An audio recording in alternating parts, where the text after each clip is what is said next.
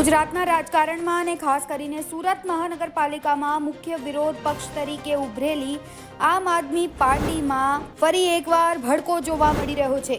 Social media પર સતત ચર્ચામાં રહેતી વિવાદો સાથે જોડાયેલી મહિલા કાર્યકર હની પટેલે આપમાંથી રાજીનામું આપી દીધું છે, જેને લઈને અનેક તર્ક વિતર્ક ચાલી રહ્યા છે। સતત થતી ટીકાઓ અને વિવાદો વચ્ચે આખરે આ પ્રકરણનો અંત આવી ગયો છે। થોડા સમય પહેલા જ આમ આદમી પાર્ટી સાથે જોડાણ કરનારી હની પટેલે હવે આપમાંથી રાજીનામું આપી દીધું છે।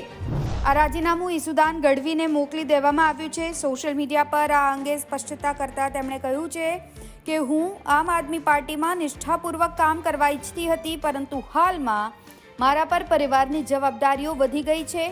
અંગત કારણો અને ફેમિલી પ્રેશરના લીધે હું પક્ષ સાથે પૂરતો સમય ફાળવી શકું તેમ નથી। આથી ભારે હૈયે હું પક્ષમાંથી રાજીનામું આપી રહી છું।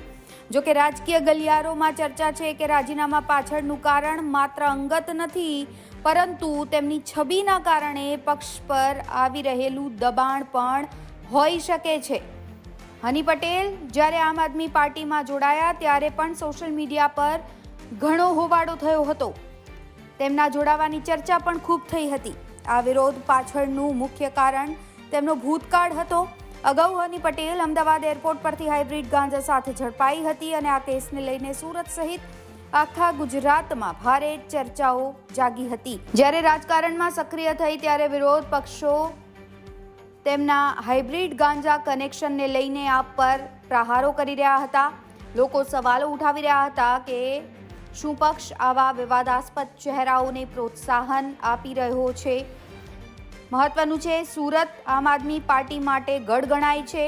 કેટલાય સમયથી પક્ષના અનેક કોર્પોરેટર કેસરીઓ ધારણ કરી ચૂક્યા છે, ત્યારે હની પટેલ જેવા કાર્યકરનું રાજીનામું પક્ષ માટે મોટો ફટકો તો નથી, પણ છબી સુધારવાની કવાયત હોઈ શકે તેમ લોકોનું માનવું છે।